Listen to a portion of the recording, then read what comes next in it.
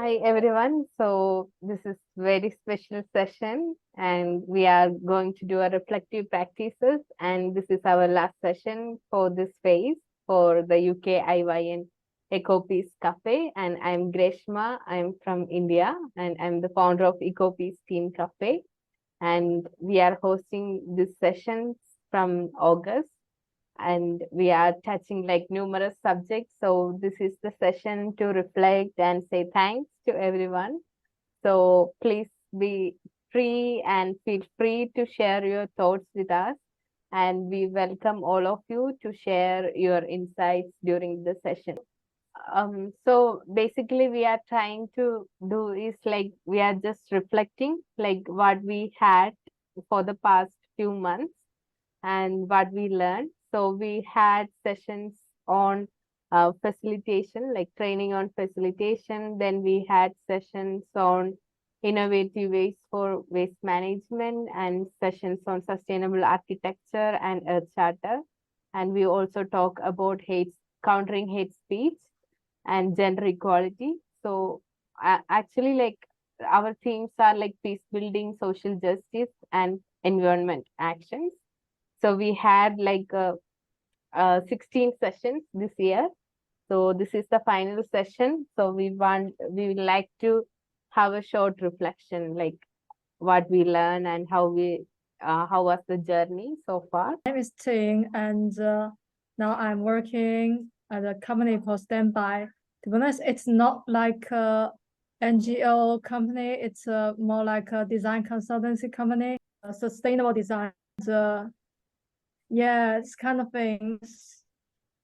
Reflecting on our self-development also, like how we use reflective practices to improve our own journey, like our own personal and professional journey. So sometimes when we talk about learning, like we just learn things for achieve something, like for example, like when we are in the school, like we learn for achieving good grades and getting good marks where the vision, like where our goals were. But when we have a kind of reflective practice in our journey, that make our journey more fruitful. Like we take the time to pause and then reflect on why we are doing this and what we are learning and for what, and just reflecting on multiple dimensions. So we get like more clear perspective. So that helps to that really helps to have a meaningful journey. So that's what we are trying to do. So Aparna, do you like to go next? Yeah, sure. So, hi everybody. Seen most of you in previous sessions. I'm Aparna. I work for an organization called Interfaith Scotland, and based in Glasgow. And what I am grateful for would be, well, right now my hot cup keeping my hands warm. But jokes aside, I think most grateful for would be my family. Riaz? Yes, hello everyone. So this is Riaz. I am originally from Afghanistan, but these days I stay in Pakistan. So I am very grateful for the general knowledge that I learned from your experiences. Thank you. Thanks, Riaz. And Eda? Hello everyone, this is Eda Molla Hussein here. So I've been working in this project journey, let's call it, because we all kind of became little family of UKIYN EcoPeace Cafe. I'm from UKIYN side, which the opening of it is Religions for Peace UK Youth Network, Interfaith Youth Network, and I'm the youth coordinator for them. And it's been such a pleasant journey with each of you, most importantly with you, Greshma, learning and finding about how I was sharing my passion about environmental issues and humanitarian issues, gender issues with each one of you, and learning from you has been one thing for me for all this time that I appreciated a lot. So thank you for that. And back to you, Greshma. Yeah, thanks, Eda, and thanks for the kind words. So it's a long journey, like from July, and even I started this journey of planning from early January. So working with Cindy and seeing like how we can do this session. So yeah, that's how we design 16 sessions and see like how people respond to our sessions, and like when we bring this concept of cafe, uh, like how people interact and how people talk each other. So that's what we were trying to do. And also one of the elements we really want to push it out is like taking actions, um, like empowering the participants and give them more insights and ask them to take actions. That's still on like stand, like we don't have that enough time to create more connection within us and help others to take the actions. So if we are going for next level, we will definitely do that.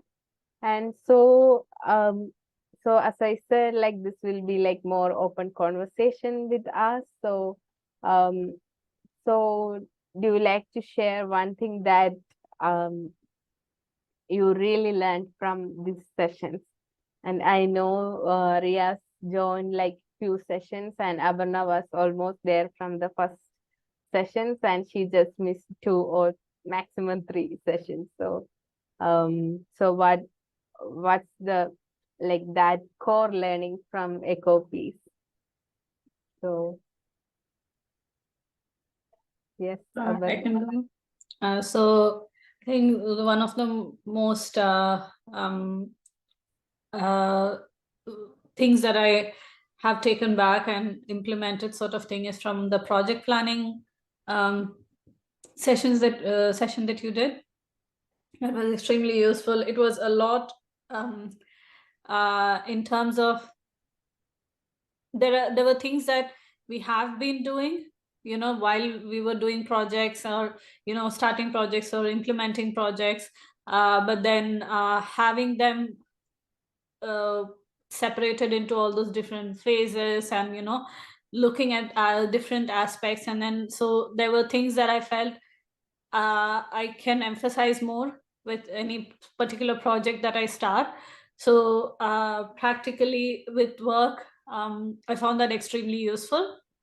And that was, I mean, I got to hear about, that was just from a practical point of view. I think one of my most memorable things is how much networking, global networking has been happening through all these different sessions, be it just not just in the main group, but also, you know, in the different multiple breakout sessions, getting the chance to meet such so many interesting people across a wider network.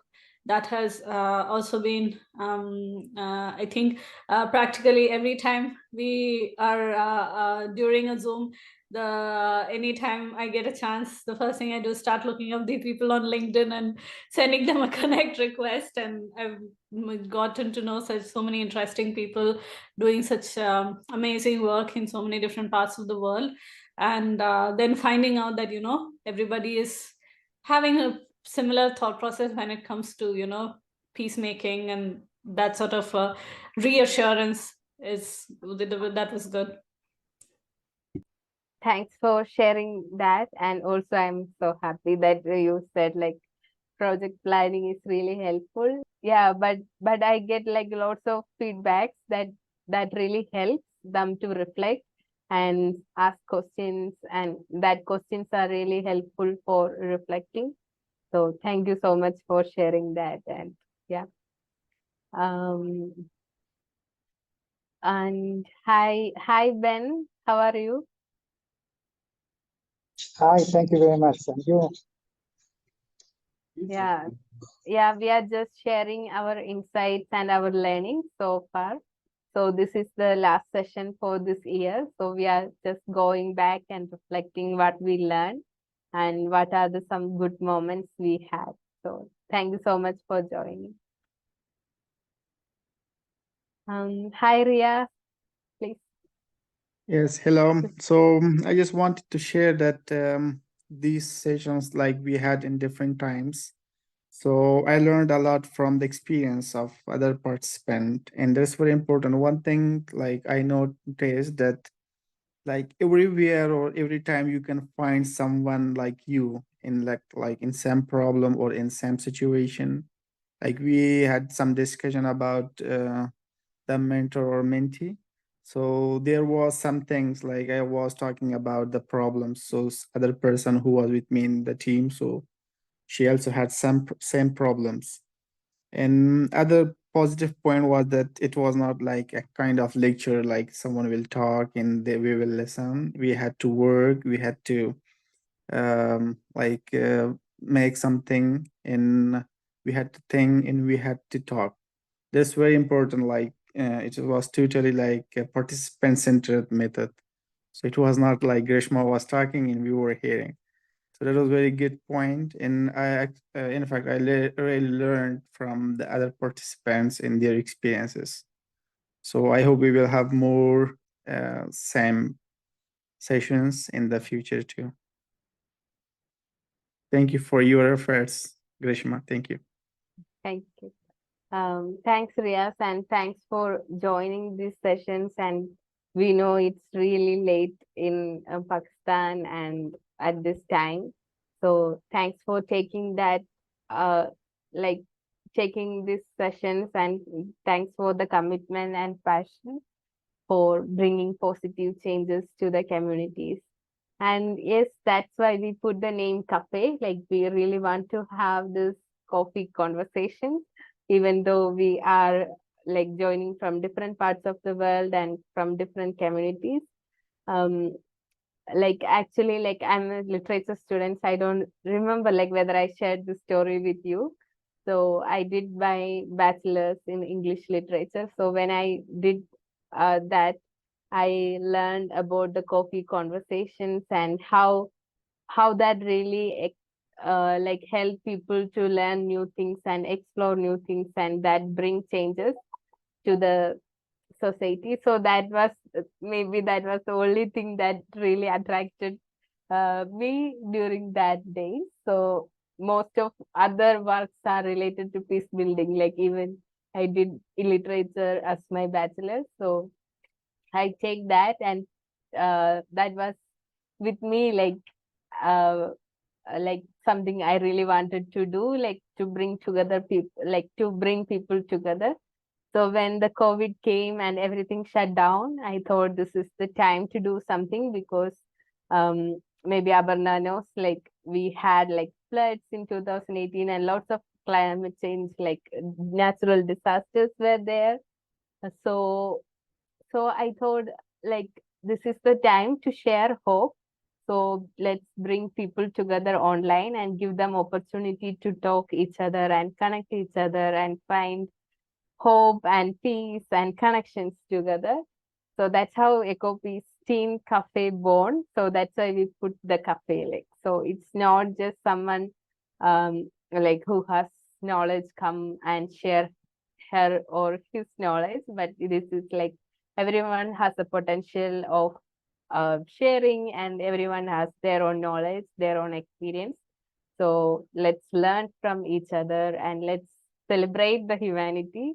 So that's the core idea of EcoPeace Team Cafe. And then I met Cindy at one of the conferences, and she invited me to do this in UK. So that's why UKIYN EcoPeace Cafe born.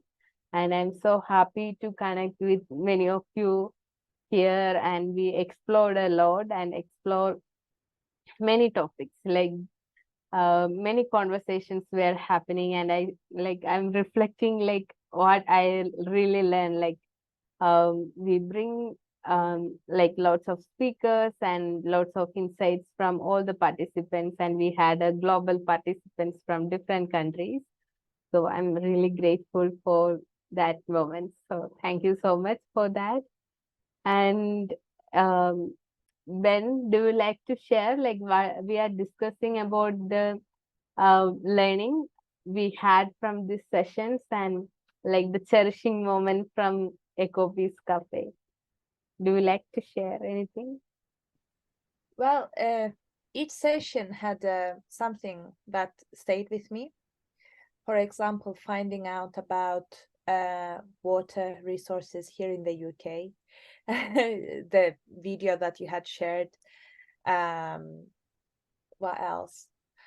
The discussions that happened after breakout rooms, learning from participants from around the world, as well as amazing work that the guest speakers have been carrying out, and from waste management to planting trees, from I don't know, eco architecture to clean resources, and you know, using less plastic and fossil fuels.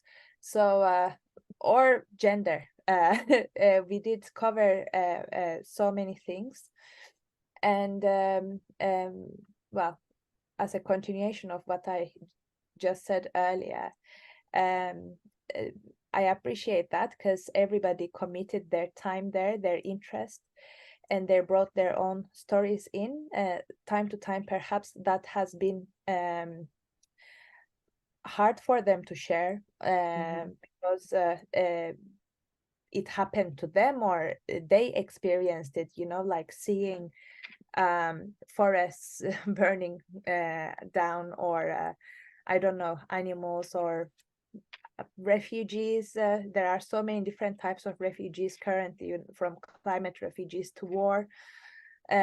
Some names had experienced or had friends who experienced war.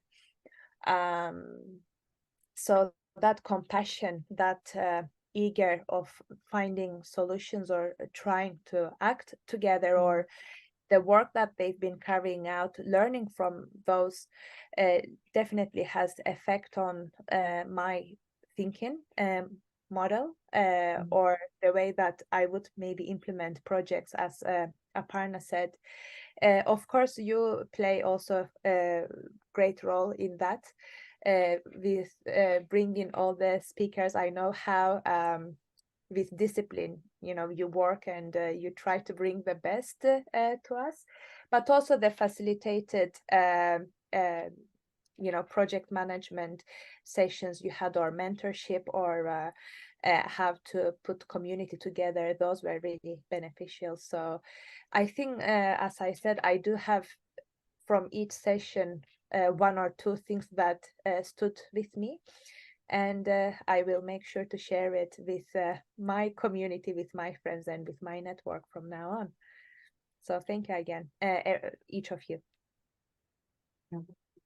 Yeah, thanks, Ada. And yeah, like you covered almost everything, like all the sessions, like how we start, and then we move to different topics, and we bring facilitators who already did something in their communities and explore what we can do. And when we are sharing that what we can do, like I know, like more in every sessions I talk about like let's take actions. So I'm wondering like how much that word really communicate, like how each sessions really does that really influence you to take action? So maybe Abarna can share that, like after attending each session, did you feel like, okay, I'm going to do something? So, yeah. That's a very difficult question now. But what it certainly did was inspire me to look at my work in very different perspectives, and looking at a lot of the different projects. And, you know, when you hear these different ideas, or it may be something as simple as not just things that happened in the session planned, but also breakout room conversations. Certainly has given rise to that thought process exactly. I may not have been definitive, like not after every session, I did not necessarily know, okay, this was the action or this was what I wanted to do definitely, but I did consider a path of action through some particular thought process, because some of it may not have been particularly very easily associated with my work, you know, at an immediate glance. It would have taken a little bit more application of thought for me to possibly see how this could be adapted to my work, basically. So it's, yeah, so sorry. So that is the in the end, it is more in that line of thinking that, you know, like, for example, why I mentioned the project planning one specifically was because that was very easy to easily associate. At every point, I was immediately thinking with my project in mind as well when you were going through those steps. So there were sessions like those which were very easily relatable, whereas there were lots of other sessions which were just interesting for me to attend as, you know, spectator, and, you know, see as relevance to lifestyle, and possibly conversations that can happen through work, but less, like, it was less straightforward to think about direct applications in terms of action, immediate action. At least there was needed to be some sort of, you know, reflection that had to happen. Yeah.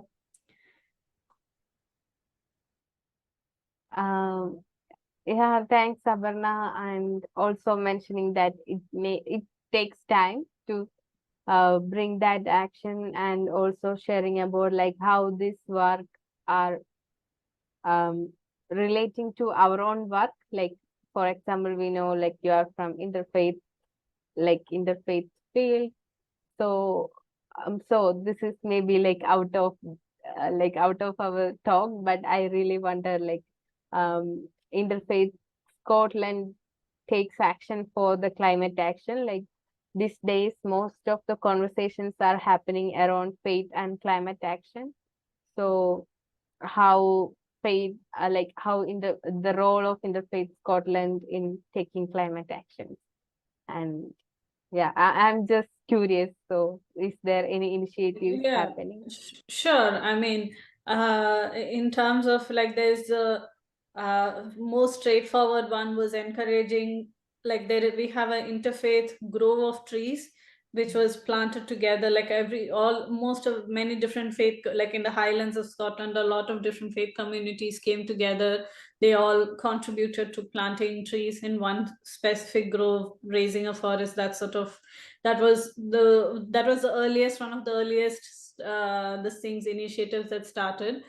From then on, mostly, I think the major involvement has been when COP26 in 2021, it happened in Glasgow. So it was hosted in Glasgow, and there were so many different conversations. Particularly, a very interesting thing that I think rose out of it was there were lots of I think in terms of ideas and things that came about was how much faith communities actually already do with relation to their own particular faith practices, that is just sustainable. There are sustainable practices as well, you know, keeping on going traditional or faith practices that are relevant to different faith communities.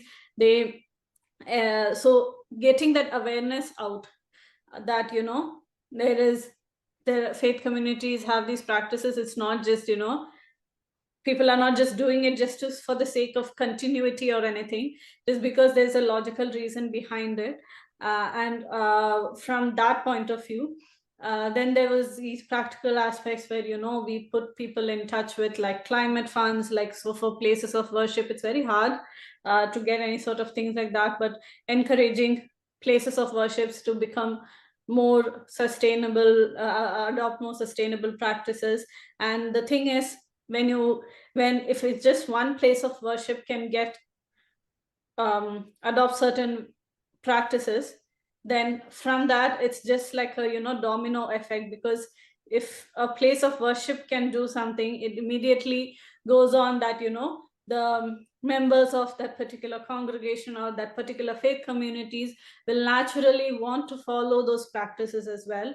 So a lot of there were quite a lot of so we became like a good platform to become like sharing of good practices basically. So there were these things, I mean, very recently, as so last week was Scottish Interfaith Week, and we had a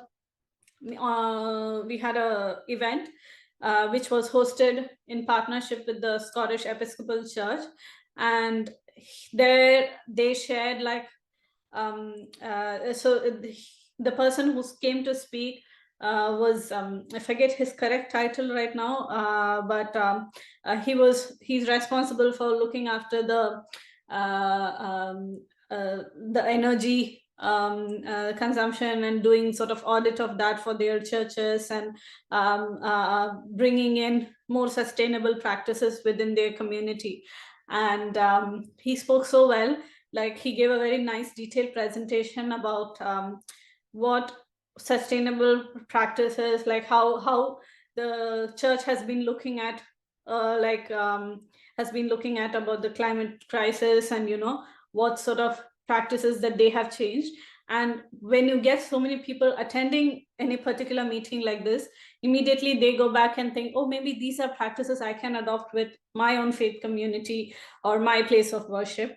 So getting that ball rolling in having those conversations between the communities in Scotland regarding their having reflective discussions. My God, I'm using that word quite a bit today.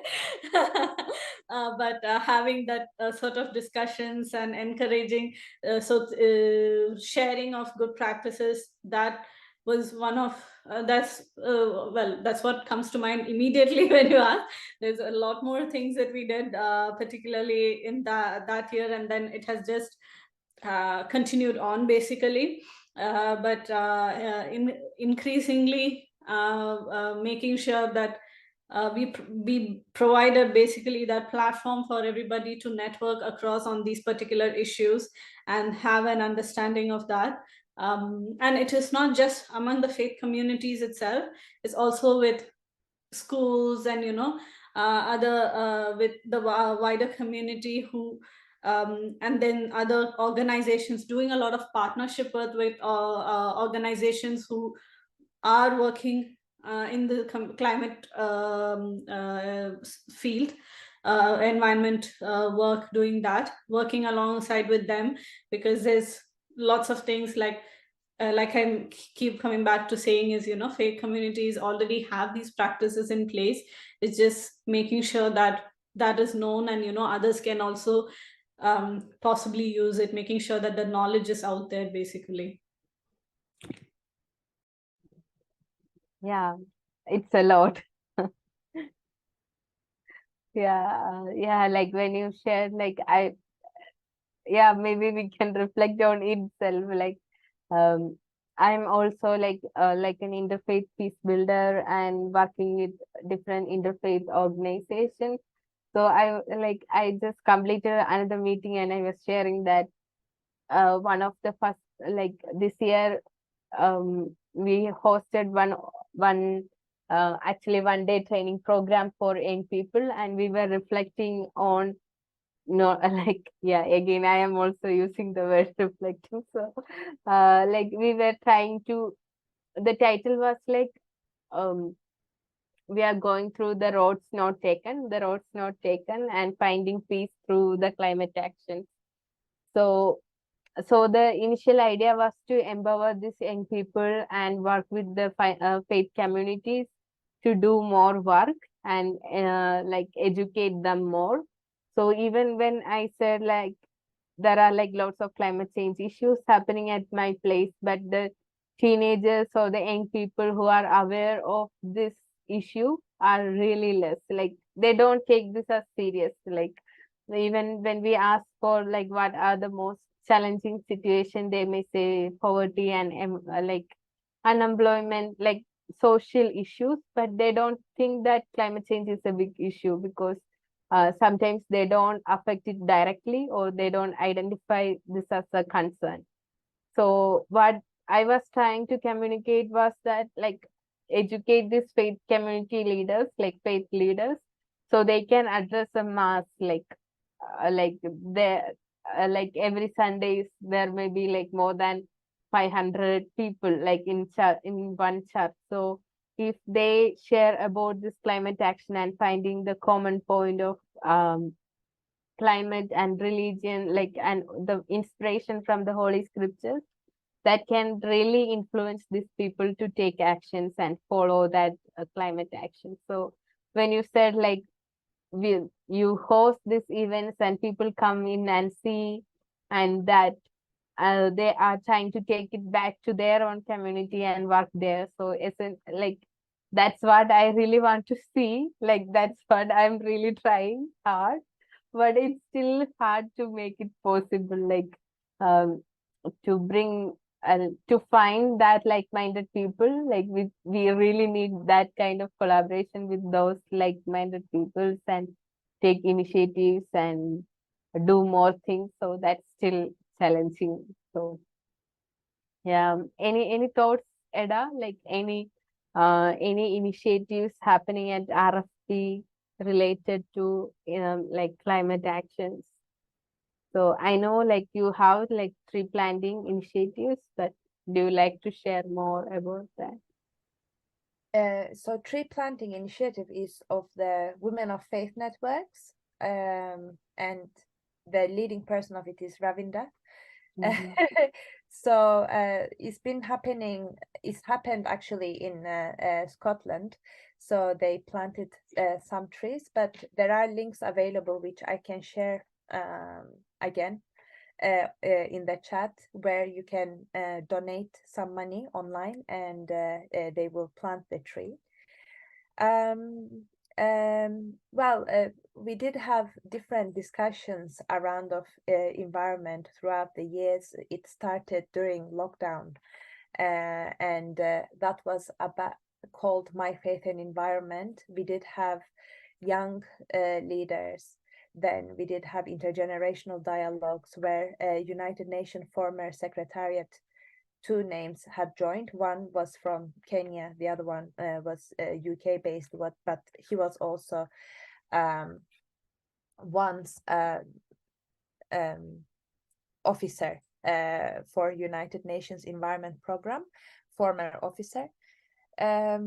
So having discussions during that time where you couldn't take any action because of the restrictions of COVID, so many young individuals enjoyed having them because it was almost also building a community for them where they could have their voice heard a little, maybe not feeling lonely time, because when you find a place where you find people who share the same expectations, same passion with you, is completely different. So I'm talking about this from the feedback that we received after running My Faith and Environment. Then the idea of it was celebrating World Environment Day, but then because so many young individuals loved it, we brought part 2 and part 3 of it, which was intergenerational dialogue, and the last one, part 4, we did have some people in their field, which is science. They came to talk about actually how important it is. Planting trees is important, but planting trees wisely is more important than just planting trees, like which tree is best for which geography, bring in work or bring in oxygen, or bring in a solution to floods that were happening. in those areas. So we had learned about those. So taking action, we were trying to encourage our audience to take action, individual action or group action within their communities as being the network. But in individual level, I find myself more open-minded around all of these topics now, because it was a good opportunity as being the coordinator for myself to learn more about other parts of the world, how they've been handling some issues in, like, grassroots levels, but also to different metropolitans outside of London, like different cities in Germany that we found out throughout EcoPeace Cafe. So these are what happened in past or currently with EcoPeace Cafe. Coming up, definitely Religions for Peace UK, Women Initiative, but also Youth Initiative. We will continue having focus on environmental action, let's call it, raising awareness, but also humanitarian side of the things, because we believe that they are all linked. So war causes environmental but also humanitarian problems. Humanitarian problem causes environmental problem, so they are all interlinked, and hopefully with collective action we will find some solution to these imbalances, because many conflicts brought imbalances in. I cannot name any of the projects yet, unfortunately, but definitely you will hear them soon with the new year, from January and onwards. Thanks, Eda, for sharing that. And now maybe we can move to some difficulties. So we actually share, like, what are the positives and what are the learnings and how your organizations work. So now maybe we can move to discuss on, like, what are the difficulties, and yeah, like, while going through each sessions, how do you feel, and what went well, and also, like, what was the most difficult part in this session. So yeah, Aparna. I would say, well, I don't think there was anything particularly controversial spoken by any of the facilitators or those who gave the talk or anything like that. One of the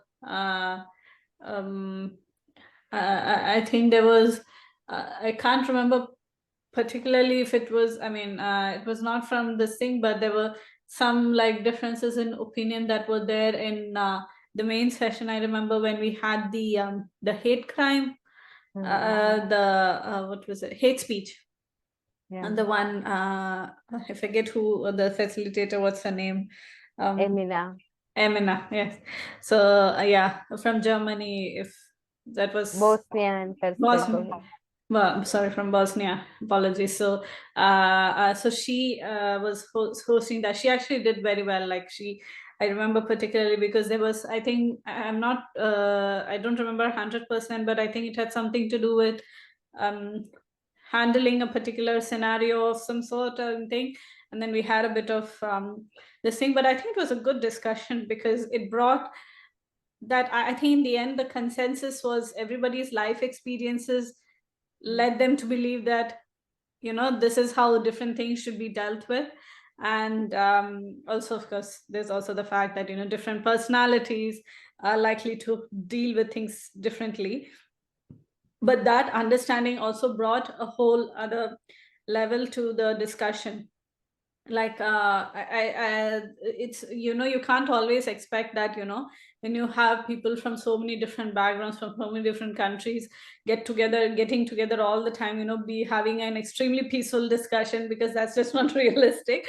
And if it does, it's something that's just won't happen. But sometimes it's good when you have these sort of disagreements, but then you respectfully disagree, and everybody understands that the other person does have a different view sometimes, and that it is fine, that's okay, that it's fine being different, having a different opinion is completely fine, but just making, but everybody who wants to share their own this thing. And I think that was when you mentioned disagreements or something, that was what I had this thing. In terms of what I personally had difficulty with was when we did the mentor-mentee, the role-playing thing. My mentee had an extremely difficult situation that he put forward as a problem, and I felt very put on the spot, because I really I could not even imagine being in that situation or having to deal with such a problem. So it was I did struggle a bit, but I think I managed to then go through, say, give some advice or whatever, bring up some points, I would rather say, because advice was not what I said, but more in the sense that as a mentor, what I could offer to the discussion. Ended up he was very nice about it. He didn't make fun of me for it at all, but that sort of that was it again highlighted the different situations that people are in, and the conflicts that people are likely to come across, that some of us can't even imagine, or not just in terms of horror and things, it's just that it's completely so different from our lifestyles, or any sort of conflicts that we could have possibly come across before. So I think so that was an interesting aspect, but also a challenging aspect, I would say. Yeah, thanks. Thanks, Aparna. And I think you are the perfect person to share like how like analyzing every session. So you are one of the participants who attended almost all the sessions. So I missed most. I think I missed 2 or 3 in possibly August, maybe. That was. I think I only attended 1 in August, if I'm not mistaken. But we were away. We were traveling a bit during that month, I think. So that's why I ended up missing quite a bit. But that was. But yeah, I did manage to. I think time-wise, unlike you, having to stay up at 2:30 in the morning, I don't have that issue. So and time, I would say that was a big advantage personally. I don't know if Eda had to consider quite a lot of different timings before she landed on this particular recommended timing, but this has worked out very well, because daytime you tend to have work meetings otherwise. I mean, it could like really short time slot wise, but this was like, finish dinner and sit down and calmly take part in discussion. It worked out timing wise for me very well. So I'm curious to know, Greshma, from you've been asking all of us, how about yourself? Like when you were planning, or like you were saying initially that the expected audience, I mean, the audience that turned up was quite different from what you expected. So how did you have to end up going back and changing things for some sessions, or how was that? Yeah, like so every session we had guest speakers. So so I told them that yeah, we have like different speakers than the students. So prepare accordingly and also expect questions in that way. So I informed them about the age groups. And normally we design this session like it's called, like my initiative called EcoPeace Teen Cafe. So all my plans were like doing programs for teenagers. So Cindy told me, no, in UK we can't reach out to the schools directly because of the rights of children. So we have to open it up and bring more people. So then I started thinking, okay, how to bring young people and how to bring this course, because initially we designed like it's for kids, like a very simple way, like simple conversations. So when it brings to 18 plus, we need to change the material, like need to change the conversation according to that.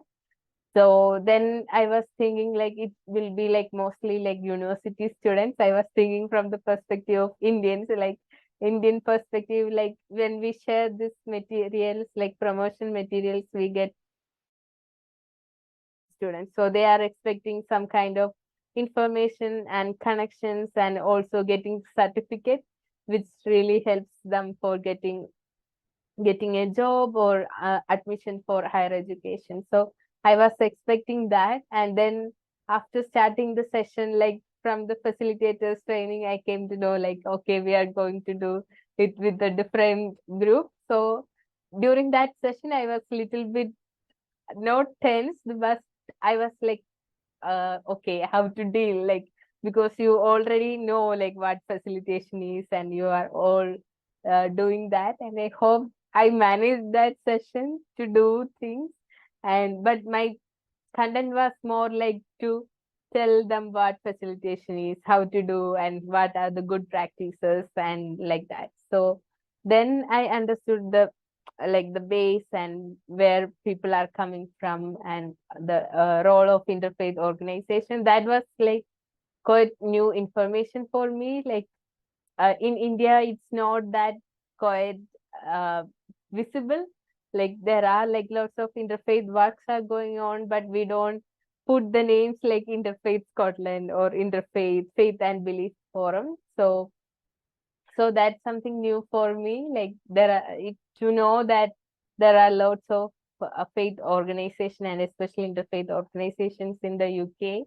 So exploring that and learning from that also. And yeah, and every time I'm learning, and I expect sometimes like more than like 15 to 20 people will come, but sometimes it's just 6 and 7. So that time our energy will low down. So because we expect like more people and prepare content like that, and then suddenly there are like few people. But even though like even we had few, I believe like we had good discussions and good, yeah, like we shared lots of knowledge. So that's really important. And also the last 4 sessions were really good. And like mentorship, we seen like lots of interest from everywhere, and people are like, okay, we are ready to do mentoring and connecting each other. And even people couldn't join the sessions, they were showing their interest as become a mentor and helping others. So yeah, it's a good journey, and I'm learning a lot from this. And also like identifying like how can we reach more UK people and creating more changes. No, I think my experience in the past, I thought, I mean, I definitely like after now in this year 2023 year online interest is because people are wanting to go back to doing things in person. But I think your in terms of, I'm just trying to think from like the marketing perspective, and because these sessions are genuinely interesting and very useful to quite a lot of university students. And I mean, I was personally like circulating with some of the young people like in our network and things when we were, I mean, when I get the information, I usually do an email out to them telling them, okay, see, these are the upcoming ones of these. I did go for quite a few of them. So, do come along sort of thing. And I think what could possibly be, and regarding the numbers, I've faced the exact same things. Sometimes it's the topics, I think, because we had a very astonishing thing that, just we had an event last week during Interfaith Week. It was an online event, and for some reason, speakers, just everybody was so busy. We did not finalize the speakers till a week before the event, actually. So we actually literally started advertising a week before the event, but then we pushed the advertisement quite a bit. We had 50 people registered and 45 people came for the event, actually. I was so surprised because I was not expecting good numbers at all for this event. Whereas another event, which we had advertised for a very long time, it did not a lot of people registered for it as well. And, the interest was not there. So sometimes I think certain events in terms of topics and, like what you share about the speakers and, that sort of thing can really make or break the numbers. And I think quite a few people who I saw, there are like few people who I saw repeatedly in many of the different meetings at these. And I know that also I could tell that these were genuinely people who genuinely had an interest in the whole series as such, and this thing. So what I could possibly, if you don't mind me saying, could be something for you guys to possibly think, because I understand completely as a charity organization, these things, it's not in our hands. We only have limited resources and time to do these things. I completely understand.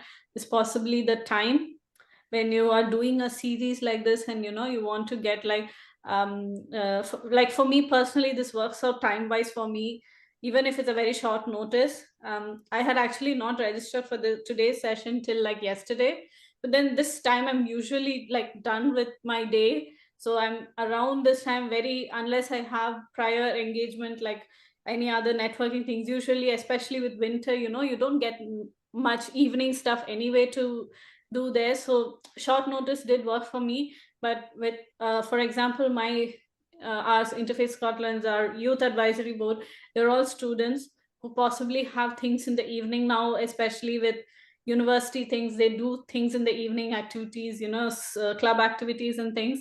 So they're not always free. So even if they're interested to come along, unless they get a lot of prior notice, they're not able to make it. And that is one thing. And the other could possibly be the time limit, time duration for a session, which I understand. I mean, I find I don't mind, because once you get interested, like it's already 8:10 for this thing, and I have not felt the time going at all, because we've had a good discussion.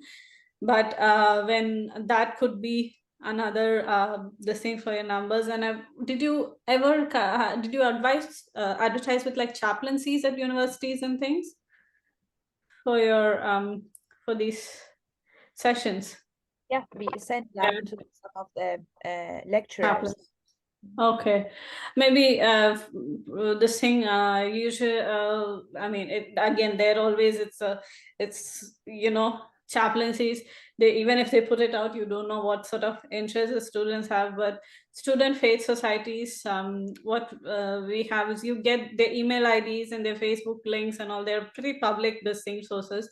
You could always tag them and post, and something that might click with somebody, don't never know.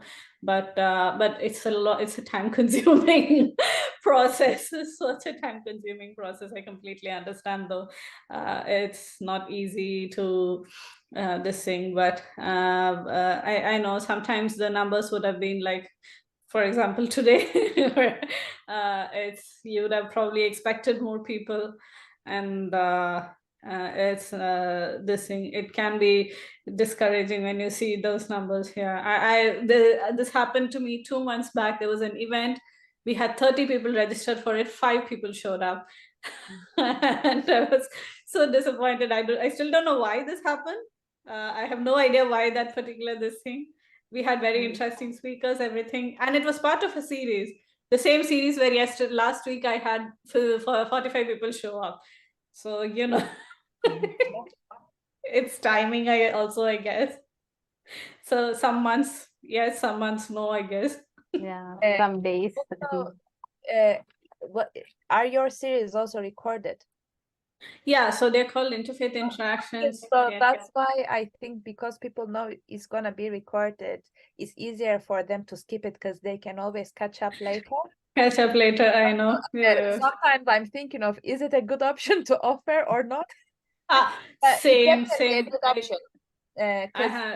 So what I do is, so we have, when we do the poster, we tell them that we don't tell that it's recorded. But when people ask me personally, I do say, and I'm sure if people go back and if they take the time to look at the YouTube channel, they will know that, it is a series that is being recorded. But what we do is we only record the speakers' talks. So there are 3 speakers per session. So we only record their talks, and then we stop the recording. And then there's like 20 minutes to discuss, do Q&A and all that, like open discussion. So generally people, if that's the only thing that you get, that's something you get only if you come on the Zoom. So little things to tempt connect people. But I think it's just online fatigue is just setting in with people, and don't want to do. But then on the other hand, this sort of a meeting cannot be done in person. You see, when you have such an international, this can only work online. So that's And that was our ideology as well, like learning from each other worldwide, because some things may have happened in past heavily in different regions, let's say hate speech, but maybe for other countries it may be still an issue, or it just started getting the feel of heavily that hate speech, because for example, we know that here in the UK there are so many different tools you can use, like Call Mama, most likely you've heard it. There are other tools that you can use if you think that you are victim of a hate speech, where you can find some consultancy or some community where you wouldn't feel alone, that you are alone in that journey. But those tools, or I don't know, apps where you can get easily some sort of relief, may not be available in other countries. Is the same considering, I don't know, waste management, cleaning oceans, like you learn when you get connected worldwide. Or you learn from what failed. Maybe it's not going to fail for you, or it's not going to fail for them. Because it failed for you, it doesn't mean it will be a failure for others. Maybe it's going to be the best option for them. So learning together is always a win, I think. Of course, individual approach is also valuable, and the value that you bring in the collective action is different. Yeah, and also when I invite international speakers, my plan is like celebrating their achievements and celebrating their learnings, because they all are young people, and as a young person working in this field, I know like how hard it is. So that's also there, like giving them more visibility, like their work, and sharing that, because most of 100%. these people are like, they are not looking for money, like mostly do things like, for me, like when I started EcoPeace Cafe, nothing, like just confidence, like I will do this. And then it takes like almost 3 years, like for getting this UK project. So I know that struggling, like how we start things, and lots of questions will come. And I hope Aparna can understand, like when I'm doing this from Kerala, like people don't know anything about peace building, then keep on saying like what peace building is. And when I went for my higher studies in Costa Rica, like people were asking me like, how can you study peace? Like I did my master's in peace studies. So when I said like I'm going there for my studies, and then people were keep on asking like, how can you study peace? Like what it looks like. So many questions. So even start my project, and I get like lots of appreciation from outside, like outside the country, but within the country and within the community, it's not that acceptable, and not seeing in a good way. Like people were seeing that I'm lazy, I'm just sitting at home and doing nothing, but I'm sitting at home and working 24 hours. So that was the difference. So that's also there. Like, so bring the young people's action and bring showcase it to the world, and see, like, ask the people to see our work. So yeah. That's how EcoPeace work. And also, like, I started this with like all our speakers were from UPeace, University for Peace, like my friends who started this kinds of initiative or doing something for others. So that's how, like, we decide, like when I planned this, I asked them like, are you okay like doing one session for us? So that's how we design and think and did things just for 6 months. But then like I saw like how people are taking this, and young people, like especially teenagers, there are like lots of transformations happening in them, and they were sharing that after attending, like for example, interreligious dialogue, that really changed them, like changed this kids. Like they were sharing that before attending this session, when they had any issue with the children, like their classmates, they suddenly assume that okay, this is the boy or girl behaving this way because of that religion, like because of her or his religion. But after attending this interfaith dialogue session, they started thinking it's not because of the religion, it may be because of the situation of that person. So we need to understand that situation without being judgmental. These words from a 14-year-old boy really helped me to motivate, like really motivates me to do more sessions, because it sees its own result and outcome is there, like people transformed and think in a new perspective. So there are like lots of such stories, and people seeing there is hope, and people seeing that there are like some people in other part of the world doing something, then why not? Yeah, and I believe like when Abarna shared, like when we do tree planting in one faith community, like the people who come and visit will take this out, and why can't we do like this? So that really inspire others. So yeah. Any other thoughts and any challenges, any suggestions, like if we run this program next year, like do you have any suggestions? Mm, Mm. do you think I this would 2 hours is long, or maybe I think maybe to initially, I think when you're trying to get more people and possibly having a shorter session might work out better in your might work out better for you in terms of getting more numbers.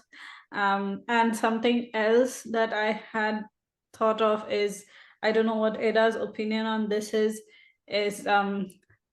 rather than just targeting it just for young people, because I have seen these people represented in the audience before, is also possibly encouraging youth workers to attend these things, because they are quite this thing, like going for that angle of, in advertising, mentioning how these this could be useful skills for youth workers who are working with young people. So as well, so and then if they're and youth workers, of course, that it's like, when if they are interested in it, they might bring along other young people to some sessions, and it's easier to reach out to youth workers and a lot of faith communities have youth groups, and things like that, and those people who run those youth groups, I think it was for the last, I think I saw some people like that at the last one. Was it the project management one, or maybe the project management one? I think there was these women from was it Australia and Canada and all those who are working with young people. So that might be because what you are all these, a lot of these sessions, they are very, very relevant to youth workers as well, for them to understand, and like in terms of what's happening across the world, that's sort of an understanding, an idea, and that's sharing of good practices. So that may be an angle you could possibly consider in terms of, I won't just when you're designing your content, basically maybe like I'm not saying design it just for youth workers, but also with them in mind, maybe that might encourage, because a lot of young people also do youth groups and things, in their, say, churches, or other their faith communities, particular faith communities, they run those sort of things, and these are all really possibly things that could benefit them really well, and in terms of understanding what is happening around the world that's sharing good practices, and also maybe also when you're reaching out and advertising, also sharing and the impact of attending these sessions, sort of helping them understand that could also be useful, maybe. Yeah, that's the main thing that I would say. But yeah, if these all continue on, I hope to attend as many as I can again next year as well, and possibly seeing both of you sometime in, if not the near future, distant future, in person. So I think like yeah, with that note, maybe we can close this call, and thank you so much for yeah, for all like not just to the participants but to RFP, Religions for Peace. I would like to say thanks from my side and from EcoPeace Teen Cafe. Thank you so much for your love and affection and giving us space in UK to do this session and explore EcoPeace Cafe in UK. So thank you. And yeah, heartfelt gratitude. And from EcoPeace Teen Cafe, we are planning to host a gratitude ceremony on December 15th. So this is EcoPeace Teen Cafe, something different. So I welcome you to join this session. This will be on Friday, December 15th, 7 p.m. Indian time. So if you are free, please join. It's just like this, but it's mostly like we share what we did in the last 1 year and sharing thanks, because we had like lots of volunteers and lots of collaborators work with us. So we take some time to say thanks, and RFP is a big collaborator for us. So not in terms of collaborator, but like we give the idea of EcoPeace Cafe for RFP. So we invite to our home. So please join us on 15th. And also, Abarna, hope we can meet you in person and maybe in the future. And also, if we do sessions next year, we hope you will join and more young people from UK can join. Definitely. Yeah, and thank you so much. And I will keep saying like thanks. Yeah. And Literally, it's been such a not inspiring, like lovely journey for me.